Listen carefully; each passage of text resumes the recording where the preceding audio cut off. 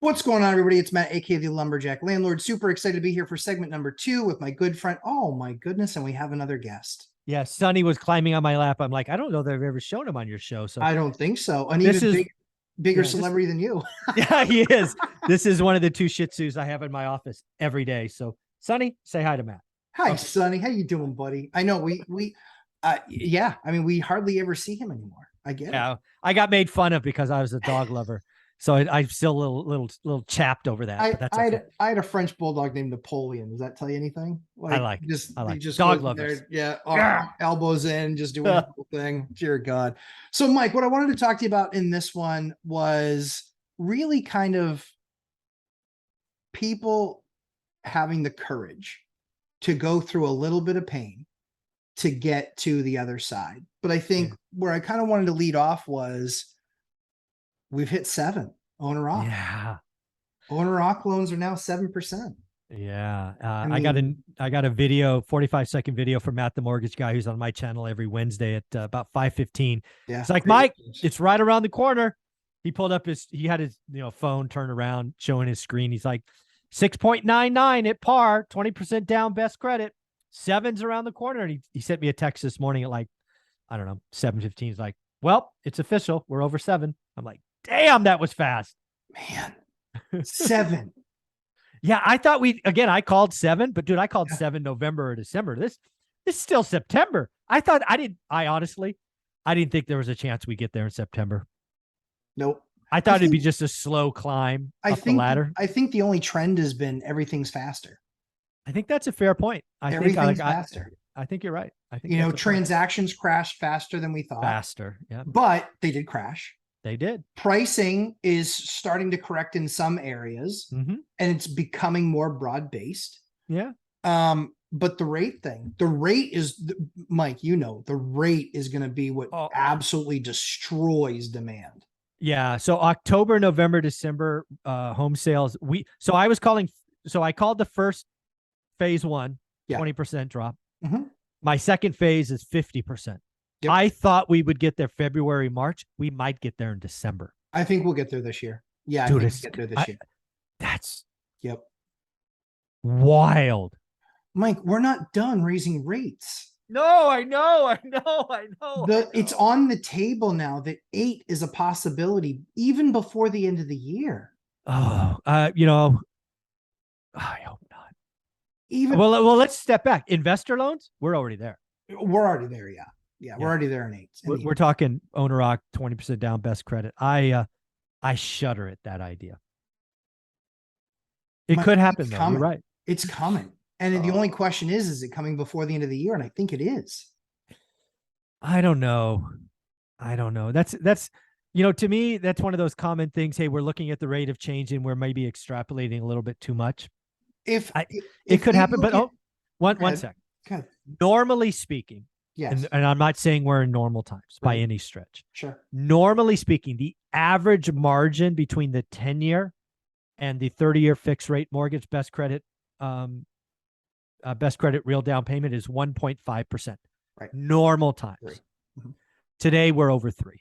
Yep. Now, could that get worse? Absolutely. Am I sitting here thinking that we're going to go another deviation past normal? Again, I will say, I hope not. It could happen. We are good. Again, what I have said for the last 4 months, and I will say it again, the thing that scares me the most is QT, quantitative tightening. Yes. I believe one of the things that we are seeing today is the ramifications of the Fed actually executing QT in September. I agree. And you're right. This could go to 8. It's going to go to 8. Oh, it's going to go to, because we have we have 2 more meetings left before the end of the year, right? Yeah, and we're going to go 75 and 50, which thankfully I called 2 months ago, so I'm standing by that call. So if we go 125 basis points, so that will take the 10-year. If you just stay at the same 300 basis. Yeah, let's play with that out. So we're at 3.25 today. We go up 1.25. We'll be 4.5. I don't know. That's 7.5. I understand the logic. Yes. I agree it's possible. I am just not willing to sit here today and say it's probable. I will say it's probable. Because this year. Yes. Oh. Mike, when we had done our video in the beginning of the year, I called 6 by June You did. happened. Yep. I called 7 by end of the year. I You didn't expect it in did. September, but I called 7 by the end of the year. It You happened. did. It did. It did. It did. 50% transactions. I called for a 3 handle on the number. You did. 3 million handle on the annual number for housing sales. Yeah. So it won't happen in That- September, but it could happen. It could happen October, November, December. We will get on pace with October, November, or December. We will. Oh, And I think in revising it and looking at now, the velocity and everything that they're doing, what's really funny to me is for a bunch of really smart people on Wall Street, they certainly are a bunch of morons. yeah. This was I mean, if you're on my channel, which I know you are, this was the battle I had because I'm a macro economist Yeah. who doesn't play in the stock market. Yeah. And I have one stock trader. Yes. And I have one 10-year Wall Street vet now. I'm balancing out the stuff. And I've been battling with them. They're talking about we're going back to all-time highs. We'll see what he says this Sunday. I'm gonna guess he doesn't say that now. But it's just like I don't get it. I don't understand. Why does Wall Street not believe the Fed? Jackson Hole was the start. Yes. Then Wednesday, the Fed out-hawked the hawks. So I think they're getting religion. Hence, rates went up. And I got a note yesterday. Oh my God, we're at 6 point. And I think the market's down today. I really haven't looked in detail, but pain is coming. Pain. Actually, no, let me rephrase. Pain is right here. Yeah. Right here. Yep. I think that, we're in down the down 640, the Dow as of right now. Yeah. I mean, we're going to play with high 6s, low 7s. I think with another 125 basis point hike between now and the end of the year, that pushes us high 7s, low 8s, real broad demand destruction at that point. My original call was I thought we would go from the 16 gains that we had this year to I thought we would still be, 7, 8, 9 in that range of increase this year. Yeah. Mike, if we go to that number, we're going to be reporting some pretty horrid numbers. And I know that it takes time for that to go through a cycle because you put a deal under contract in November, it usually doesn't close in December. Yeah. So, again, I'm going to stand by a call I'm making all year. I won't change it now. It's too late. I don't think, again, I don't see a negative number year on year this year. I don't see one. I don't see negative. Nope. Again. But I think March, the crazy thing is I've been studying the economy for 30 years and housing for over 20. Mm-hmm. My ability to see the future is better than most. Agreed. And I have a track record on the show to call that out. It's not perfect, but it's better than most. Yep. I can sit here today and tell you with a straight face, I have no idea what's going to happen in 6 months. There are so many off-ramps. The problem, you're exactly right. There's 4 off-ramps, fast ones. At least. Right? There's 4 that it's like they do something to put people in homes that is $0 down, and it's right. Like it's a government program that swings to the upside. Swings to the upside. They do something where they say, "We'll let you carry your mortgage with you to a new place." Yeah, totally. Like some people are talking about that. Let me just tell you, I would do that. Yeah, you take my 2.8 and let me carry it to a brand new purchase. Yep. I don't know how that would work out in the structure, but yeah, I mean, all these creative ideas could happen. I found out that it actually does happen. Really? Yep. VA. Oh, VA. VA. Wow. It happened with a good friend of mine. I was asking him, and he said, yeah, he was able to carry his loan from one place to another house, and he carried his loan with him at the rate.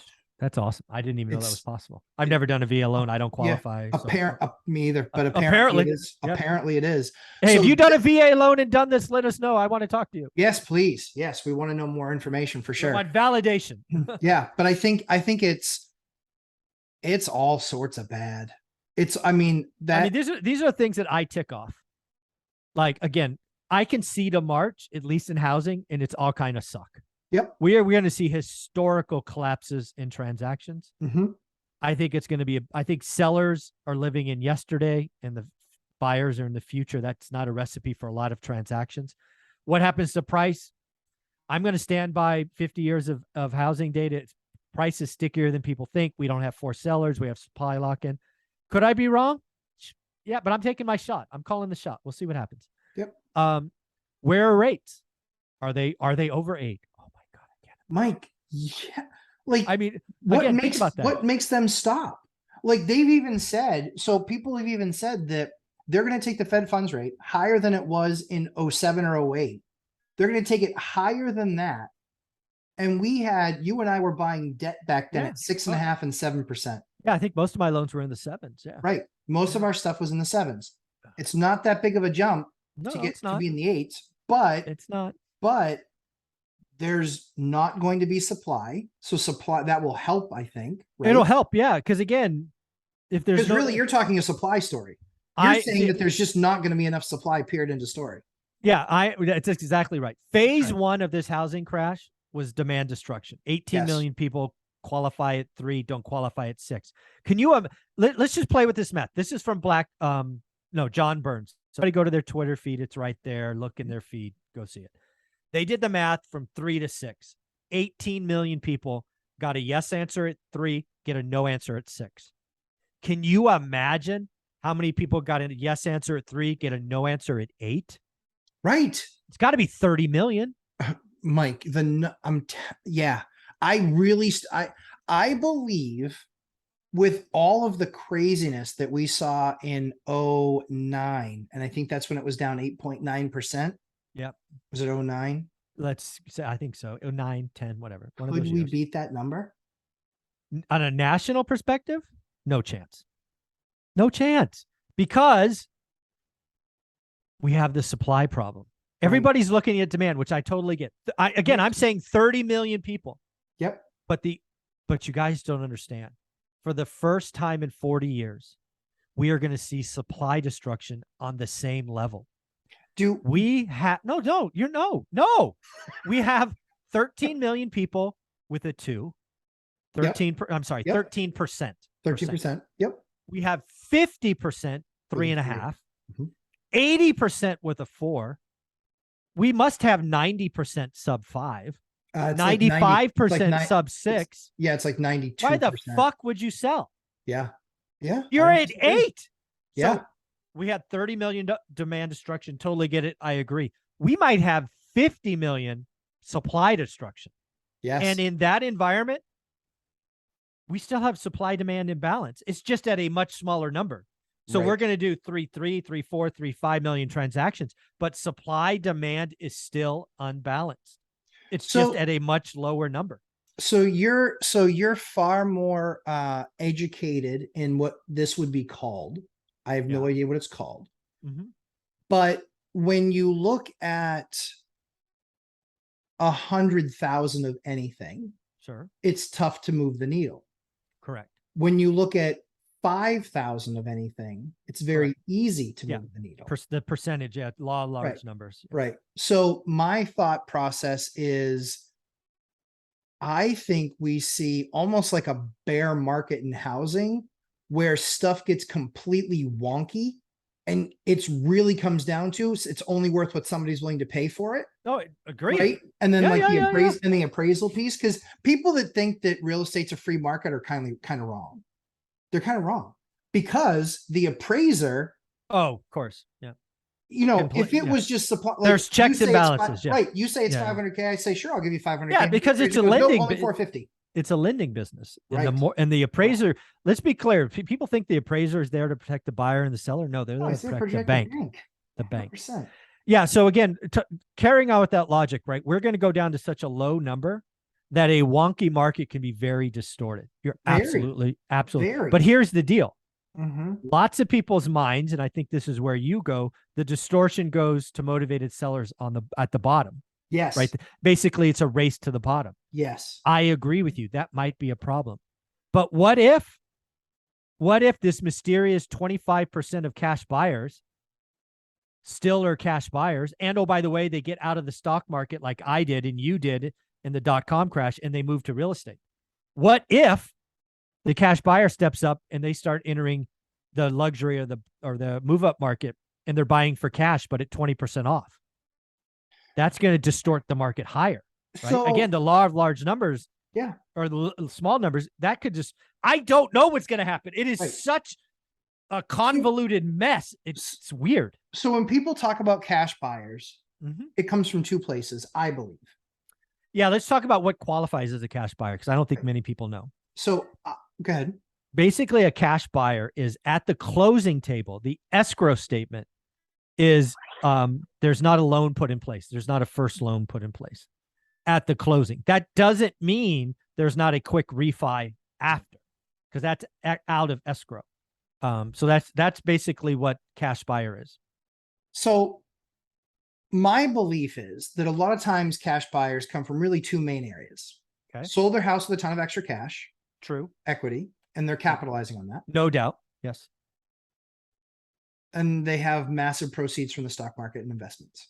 I think there's three. Again, this is like the whole, and this is where we get to argue what the real percentage is. Sure. I think there are kind of, I'm leaving California, I'm buying in Tennessee, I got my bag full of money. Massive. Right. So that's something. And it's New York, it's whatever, right? You get it. Then there are people that had a liquidity event. That could be a stock sale, RSUs, whatever. That's going to go down, but that does happen.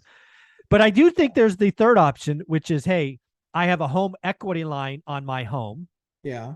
I take out an equity line, I buy cash, because that would appear as a cash transaction. Sure, it does. And then I go, do a refi or something later after I add value, and then I pay off the equity line. I think that is the third option, right? They borrow on something else, they pay cash over here, and then they refi back. And so I think those are the three ways. I think HELOCs largely disappear. Dude, I got 2 texts, or actually they were messages, I guess, for people who had their credit card limits cut. It's coming. It's coming right here. It's so we have called this all year long. HELOCs go bye-bye first. Yeah. HELOCs are going to go bye-bye first, and then you're locked in, you're done, and that's it. You're done. So I think the other two things are, do we continue the migration that we're seeing? Because it's way down from where it was, but do we continue to see that migration? Because to your point, you're still able to sell your condo for $1.5 million in California and buy an amazing home for $500,000 in Texas. Yeah. So this is the problem of the next two. Again, I've said, and I will continue to say it, the Fed broke housing. Agreed. Part of that is we pulled forward demand. Agreed. Right. But the demand doesn't stop, and it will pick up speed going forward. Right. For the next 2 years, we will have some external migration, but not nearly as much. No. So the bag full of money, California, I guess sellers that become buyers, is going to be down, but not zero. Agreed. So that's one portion of the cash buyer. In a market where you could see the stock market down 50%, like we saw in the bear market of the tech wreck, you'll have some liquidity events. Some companies will get bought. Some people it'll happen, but it'll be less. And then we have less home equity lines. So it's just a mess. I think the number for cash buyers is like way down. Well, here's the problem, way down. But here's the problem, just like you said earlier, right? So when we were doing 7 million transactions, cash buyers were 25 or 24%. Yep. Let's say we do 3 million transactions. Cash buyers could still be 25%, and it would still be way down, right? 25% of 7 million is half. Yeah. Yeah. It's just like, so it still could be percentage wise the same number, but it's still it's just, this is messy. Just messy. I think, a total mess, but I think that's what happens. I think cash buyers are one of the biggest casualties, because I think HELOCs disappear. I think the migration path is much less than it was. And I think that stocks, RSUs, forget about it. Forget about it. You are Instacarted out of opportunity. That's the way it goes. RSUs, bye-bye. And even regular stock. Who sells stock that's down 40 and 50% to buy a house? Well, only a really smart investor, right? Well, let's be clear. I did. Right. I sold when I was 80% down. Sure. Because and right or wrong, I never went back or didn't go back for 20 years. Mm-hmm. But again, I think it is natural. Your thoughts and opinions, I think, are what everyone sees. And I see it too. I look at this going, where can we be surprised? Sure. Right. So here's where we're going to get surprised. Government program. Exactly. That's where we're going to get surprised. No, I agree. This is what we talked about would come next year after the midterm elections. And again, it may come faster. It might need right. right here, pain's here. What's the government never messes an opportunity to, create some giveaway stuff. Dude, I don't know. Again, I pride myself in being able to see at least a short-term future. I can't see it. I don't know. I don't know. Whatever it is, it's not going to be fun for most. And yeah, the macro pain I see coming, but micro, because I'm willing to do the work, shopping list, 30 your money, yield great deals. I'm ecstatic. Now, some people hear me say that, and some people can see that I truly am excited. They're like, how can you do that? People are going to be hurting. Like, I acknowledge that, Matt. I can't help everyone. You and I have been trying to tell people to get ready for 9 months. I started my refi in May of 21. Oh, wow. So May of 21. Months. That's May of 21 is when I started refining my portfolio. So I've got very limited exposure to unfixed rate, but most of it is 5 years. Yeah. And so I have a plan already in place where I'm paying down that debt more aggressively because I know it's going to reset, and I know it's going to reset higher. Yeah. But my 23 loans that I have that are 30-year fixed rate debt, I couldn't care less. They're sitting there and nothing's going to happen to them. Nope. I agree. Unbelievable. Michael, tell everybody where they can find you, my friend. One rental at a time. I do a live stream for only 60 minutes, but it's right around the corner, Saturday mornings, 8 a.m. It is. And it's a blast. It's a good time and always great questions. I actually still attend because almost always somebody will ask something that I was like, I hadn't considered that. That's worth that. I'm interested in Mike's answer. And then I will make fun of him Tuesday for whatever. For him being wrong. All right. As I always say, we try and create great content for you. Please make sure you hit that like and subscribe button, and Lumberjack Landlord 11:30 a.m. Eastern time on Sunday. And we should be debuting the new studio on Sunday. It's been a long time. I like it. Yeah. Well, hopefully it doesn't suck. So Mike, thanks so much. We'll see you in segment 3.